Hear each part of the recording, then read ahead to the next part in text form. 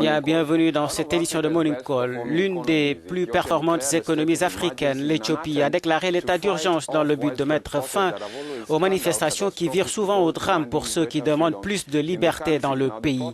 Ces manifestations sont, selon les analystes, le résultat d'une accumulation de plusieurs années de frustration de groupes ethniques qui se disent marginalisés par le gouvernement.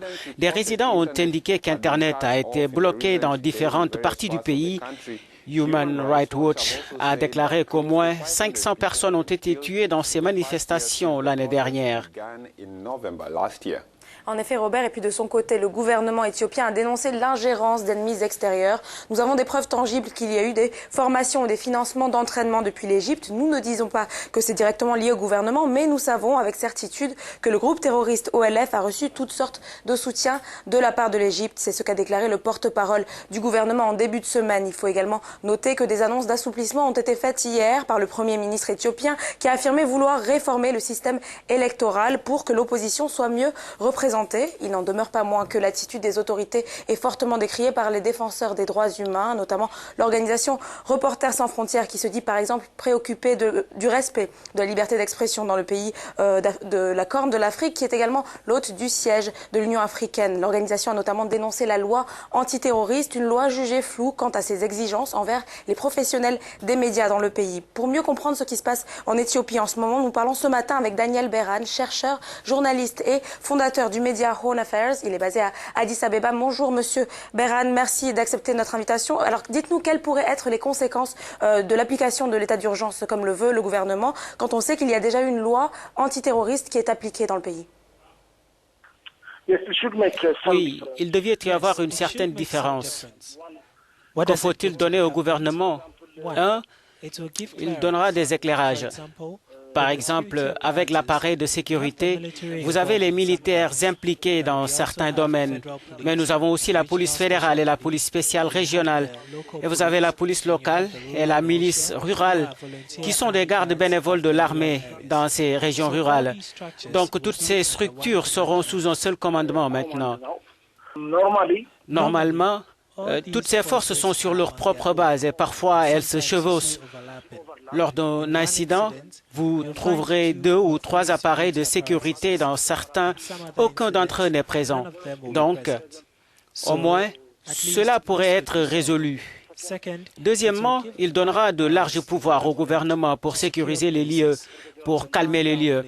De toute évidence, des gens sont déjà arrêtés, mais il donnera une légitimité à ces actions et céder du terrain juridique et retirer la résistance de certaines administrations locales. Il y a divergence d'opinion sur certaines actions et cette différence d'opinion affecte la subsistance et la cohérence des actions de sécurité prises à ce jour pour que les choses soient supprimées. Mais le fait, au mieux, ça va donner du temps pour le gouvernement de faire la refonte. La vraie chose, c'est le travail politique. S'ils ne font pas ce travail politique, s'ils perdent, nous allons continuer à étendre l'état d'urgence et ce sera vide de ce sens à un moment donné.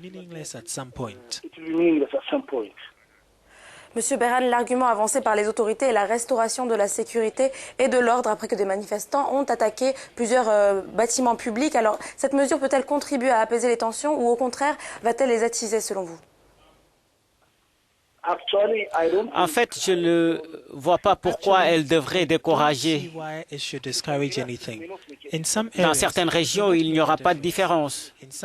Dans d'autres zones, il y aura une différence. Par exemple, dans des zones telles que l'Ouest, où il y a eu un effondrement complet de l'ordre, où l'administration locale a totalement rompu et a été repris par d'autres éléments, peut-être l'état d'urgence n'aurait pas d'importance de toute façon parce qu'il y aura des défis déjà avec les militaires.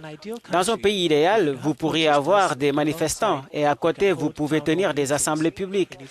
En Éthiopie, ce n'est pas possible, ou ceux qui ne sont pas d'usage, que ce soit la faute du peuple ou la faute du gouvernement, il n'y a pas beaucoup d'importance. La chose est que si vous avez une manifestation quelque part dans la ville, le reste de la ville sera dans l'insécurité ou même le gouvernement va essayer de cassé vers le bas, de sorte que vous ne disposiez pas d'environnement pour faire toutes sortes de consultations publiques. Au moins, c'est l'argument du gouvernement. Mais la situation n'est pas uniforme dans tout le pays. Une dernière question, Monsieur Berhan. Les médias internationaux parlent souvent d'un malaise ethnique et social qui dépasse la communauté oromia d'Éthiopie. Quel est le véritable malaise que traverse l'Éthiopie en ce moment pour vous qui êtes sur place? Il y a deux façons de voir les choses. Fondamentalement, les manifestations en Oromia sont un peu contraintes par leur nature, car c'est une question culturelle, économique ou même politique pour les Oromos. Mais le mépris du peuple oromo envers l'autorité du gouvernement a eu un écho dans d'autres régions qui ont en effet manifesté. Ils ont montré à d'autres personnes qu'ils pouvaient faire la même chose.